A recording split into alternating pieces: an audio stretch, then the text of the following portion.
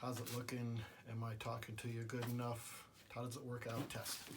I feel like Geraldo Rivera or something like that. Like, we're now in Al Capone's tomb. We're gonna find out what the mystery's been for all these years. What's in Al Capone's tomb?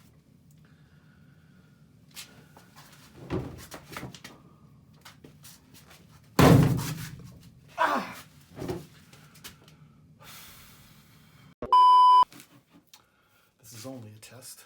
This is a test. This is a 1, 2, 3. Time for another test. Check it out. See how it works out. 1, 2, 3, testing. Testing, 1, 2, 3.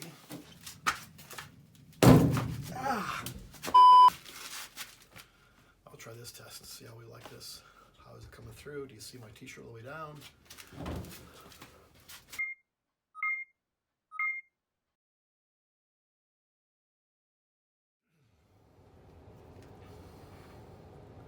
Good morning. Happy Sunday. Welcome to Silver Creek Church. This is our celebration Sunday for our Give, Serve, Love campaign we've been doing for like over a month now. It's incredible what you have accomplished, what we have accomplished as a church. And today we get to celebrate that. Today we get to talk about what we did together as a church in so many incredible ways. That's coming up in just a few minutes. But first, I want to take a little bit and talk to you about the subject of light. Now this morning I'm talking to you from a place I've probably not talked to you from before. Believe it or not, this is in my basement. Ooh. Yeah, it's in my basement. So, and I picked this location because I think it's kind of a cool, stone wall behind me to look at. Something different for you to look at than the usual environment. But one of the challenges I have about being in my basement is light. Without the right amount of light, you can't see me very well at all.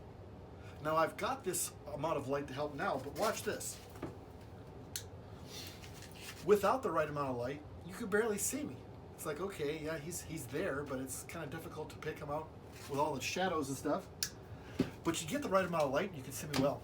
In camera and photography, and what I'm finding out in the world of video, it's very important you have the right amount of light. The right camera, yeah, okay, but the right light, everybody, all the experts that I've read up on and talked to say the same thing. Light, light, light. It's very important you have the right amount of light. And this topic of light is not a new topic. Jesus talked a lot about light. In fact, Jesus compared us as believers, as Jesus followers, people who want to follow after his example. He used light as an example of what we should be like. He, matter of fact, he uses salt and light.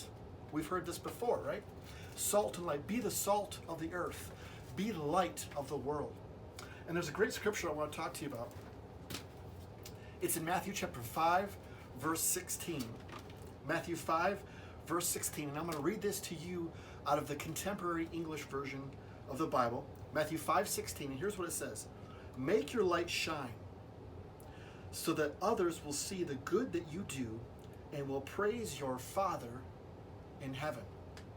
He starts out, make your light shine. Now this kind of goes contrary to some things we might think about. Because we think about, wait, didn't Jesus say that you shouldn't pray out loud in public? That you don't want to be like the Pharisees announcing, look at me, I'm a Christian, look what I did, check me out. We're not supposed to do that. We're not supposed to be braggadocious. We're not supposed to announce what good things we do. We've heard Jesus teach that before. So what does he mean here where he's saying, make your light shine so that others will see the good? Okay, well, in order for the others to see the good, that means I'm not hiding it. Remember that song we sang in Sunday school? This little light of mine, I'm going to make it shine. Not hide it under a bushel, no, right? We sang that as kids. And so it became natural that, okay, we want to make our light shine. But then somewhere along the way, as adults, we begin taking this notion on that, well, no, if I do something good, it's got to be in secret. It's got to be in private. Otherwise, it doesn't count. And we get so caught up in this. We can get so tangled up in this thinking that we can actually become paralyzed and not really do anything for fear of, well, I don't want it just to be a show. It's not about a show. So how do we balance that? Well, I think Jesus gives us a great example. Because any time that Jesus made his light to shine, it was for one reason, and that was to help somebody else. For one reason, that was to show love to somebody else. It wasn't to announce, look at me, look what I've come to do. It was, how can I help this person? And I'm not going to hide the fact that I've helped this person, but I'm not going to brag about it either. So I think a great example is this, is that we as Jesus followers should be looking for opportunities to make our light shine. We should be looking for opportunities to let others know that, yeah, I believe in Jesus Christ. And the reason I'm helping you is because I want to be like him. That's who I'm wanting to be like. I don't want you to misunderstand me. I don't want you to think I'm helping you because I'm such a great guy, or, I'm just, hey, look at me. No, I'm wanting to help you because here's something very important for you to know. Jesus, there's a guy named Jesus Christ who died. He gave his life for you. And no matter what you've done, no matter how far you've walked away, no matter how many times you've said, I don't believe in him, I don't buy that stuff. No matter how many times you've done that, it's okay. He's got big shoulders. It doesn't deter him. It doesn't turn him away. It's okay. What matters is this. Jesus Christ loves you. And Jesus Christ loves me. And because of that love, I can't help myself. I'm compelled to want to do something for you because of what he did for me. It's not because I want to look good. It's not because I want to brag. It's because I can't help but to help other people. And there's something that happens inside us when we help other people. You know what happens inside us when we help other people? We forget about our problems. For just a few minutes, we start to focus on other people and how we can help them. And suddenly, we're not so worried about the problems we have in our life anymore. It's a secret. It's a key. That by helping others, we actually help ourselves in a crazy kind of a way. Because in this time right now, it's so easy to get wrapped up into all the things I don't have. All the things I wish were different. All the things I wish weren't happening right now. Christmas is coming. It's hard to think about Christmas when I think about all the things I want to be different. Or if you're out of a job right now, you're thinking, how can I think about Christmas? I just want to have work. I want to work some hours so I can bring money home and feed my kids. That's important, isn't it? It is important. Absolutely. And so for those of us who can help others, we should be helping them. Let's remove some of their burdens. Let's remove some of their concerns with just a simple act of kindness. Let's check in on our neighbors. Let's check in on our neighbors and say, hey, is there something I can help you with? Because when you do that, by just asking, hey, how are you doing? Hey, can I help you? Your light is shining. Doesn't have to be a big production. You don't have to have a sign that says, look, I'm a Jesus person, and so here's why I'm this. It can be just as simple as, hey, can I help you? And then when they ask you, what is it that compels you to want to help? Why are you helping me? I don't understand why you're doing this. That's your opportunity to just say simply, I'm a Jesus follower. And what that means is I believe in Jesus Christ. I believe in what he did for each of us, what he did for you, what he did for me, and I'm just compelled to want to do it for others, to want to help others because of what Jesus did through me. It's just what we feel compelled to do. And it's this compulsion that drives us for our campaign of Give, Serve, Love. It's what makes us want to go out and give to others. We only do this campaign once a year, but the point is for us to continue the working, to continue the shining of our light all year long. This is the kickoff Sunday, so to speak, the kickoff month, so to speak, the time where we say, okay, yeah, we're focusing on this right now. We're all putting this together. We're renewing our effort right now, but it doesn't stop this month. It continues all year long. And what year more than now do we need this in our world? What time more than now does our world need hope? Only found through light shining through you and me. You can't wait for somebody else to do it. You can't.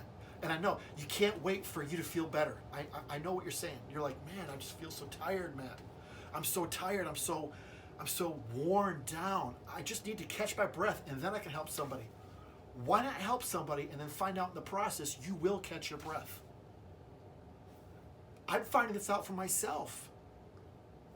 I'm not talking to you as somebody who's got it all figured out. I'm learning this too. It's been hard for me. A part of me just wants to say, I'm tired of this, can we just snap our fingers, click our heels 3 times, whatever it takes to get back to Kansas. I don't want to be in the Wizard of Oz anymore. I want to go home. But the point is this, We can't click our heels. We're in a pandemic. This is just the way it is. Believe it, not believe it. You know what's a fact? The fact is, look around you, and this is the world we're living in. That's a fact. And the fact of the matter is, we can't change anything about what's happening around us, but we can change what others around us are feeling. We can change what others around us are experiencing with an act of kindness, with an act of love on our part. Let's be the light in this dark, dim world right now, and let's shine.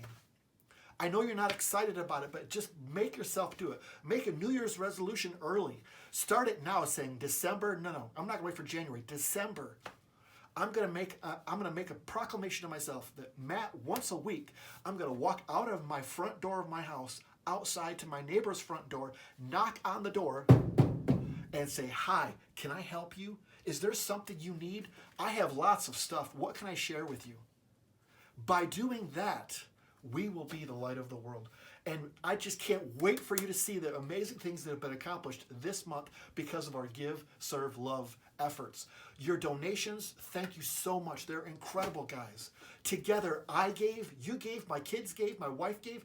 As a church, we gave money together, and we've done some incredible things I can't wait for you to see in just a few minutes. What we've accomplished and the people we've helped, to see the tears in their eyes as they were just moved by a simple, like, I can't believe you're doing this.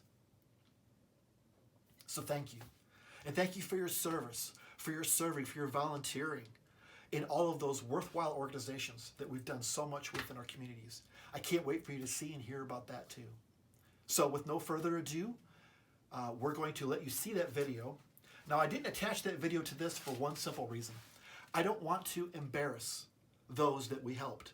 I don't want to invade their privacy. I'm protecting their privacy as an individual and not putting it out on the World Wide Web for everyone to see. Hey, look what we did for this person. And they're like, oh, thanks.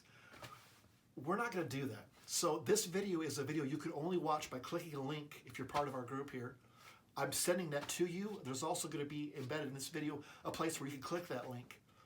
But we don't want this video going, all over the web for strangers to see that don't know anything about what we're doing. This is a celebration for our church, for Silver Creek Church, to see what we've accomplished. I want you to see what's been accomplished. And the individuals in these videos know that you're going to be watching this. And so I just want to say thank you once again.